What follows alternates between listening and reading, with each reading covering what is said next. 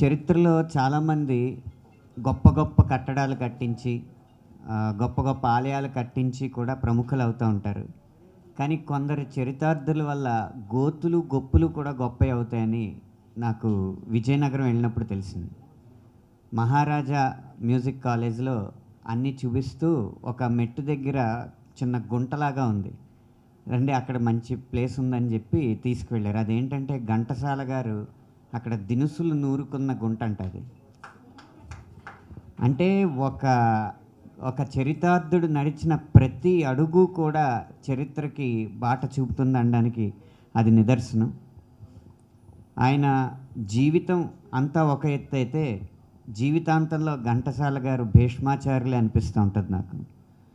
ఎందుకంటే అర్జునుడి చేత అంపశయ్య నిర్మింపజేసుకున్న తర్వాత దాని మీద పడుకుని ధర్మరాజు గారికి కనీసం 1000 పేజీలు వాల్యూమ్ ఉన్న ధర్మ శాస్త్రాన్ని బోధిస్తూ ఉంటారు భీష్మాచార్యులు.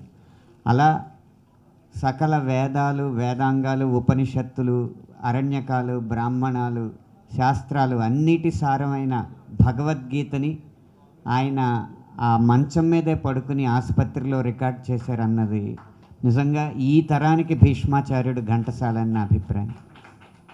అలాంటి గొప్ప వ్యక్తి గురించి తీసే ఈ చిత్రం సినిమా లెక్కలకి అతీతంగా విజయం సాధించాలని మనస్ఫూర్తిగా కోరుకుంటున్నాను. ఒక్కొక్కసారి ఒక పదానికి 2 అర్థాలు రావడం జరుగుతూ ఉంటుంది, కానీ ఆ 2 అర్థాలు ఒకే చోటకి రావడం అనేది చాలా అరుదుగా జరుగుతూ ఉంటుంది. ఇక్కడ గాత్రం అంటే గొంతు అని అర్థం ఉంది, గాత్రం అంటే శరీరం అని కూడా అర్థం ఉంది. మన కేసీ అనుకుంటాం మేమందరం, కృష్ణ చైతన్య.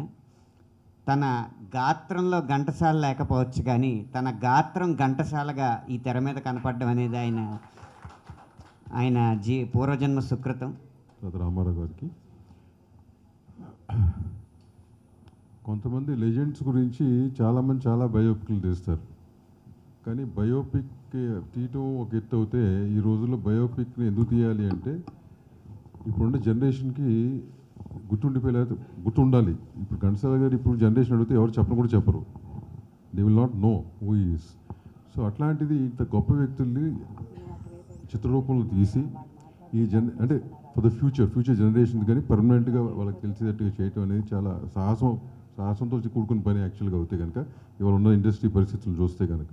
బట్ ఫైనాన్షియల్గా ఆయన ఏం ఆశించకుండా ఆయనకు ఉన్న ప్యాషను, ఘంటసాల గారి మీద ఉన్న మమకారంతో ఆయన చేశారని చెప్పి అందరూ చెప్పారు.